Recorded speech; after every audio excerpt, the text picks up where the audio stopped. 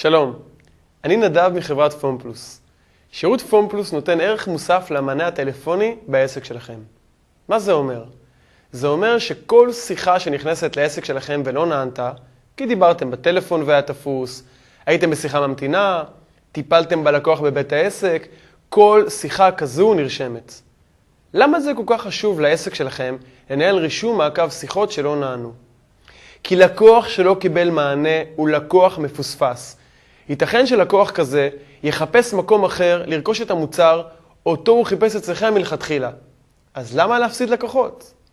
שירות פון פלוס מאפשר לכם לחזור לכל לקוח שלא נענה ולהשלים את תהליך המכירה. בואו ונראה הדגמה. הנה, דוח שיחות של לקוח אמיתי שנהנה משירות פון פלוס. בשורה הראשונה ניתן לראות את התאריך של השיחות שלא נענו. ב-31 לחודש לא נענו 71 שיחות. לעומת זאת, ב-30 לחודש לא נענו 48 שיחות.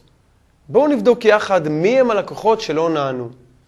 אני רואה שיחה בשעה 1 בצהריים ממספר טלפון קידומת 09, לקוח שהשאיר הודעה בשירות הלקוחות.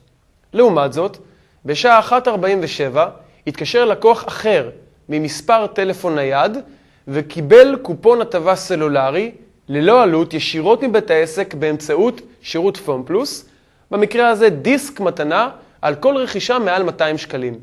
המשמעות היא שלא רק שיש כעת מספר טלפון אליו ניתן לחזור ולהשלים עסקה עם הלקוח הפוטנציאלי, אלא שללקוח יש כרגע מוטיבציה בדמות קופון SMS להגיע לעסק, לבצע רכישה וליהנות מההטבה. אז איך אנחנו ממשיכים מכאן? אני מזמין אתכם לחודש ניסיון בשירות פון פלוס ללא תשלום וללא התחייבות. אין סיבה שתמשיכו להפסיד לקוחות. בואו גם אתם להרוויח משירות פון פלוס.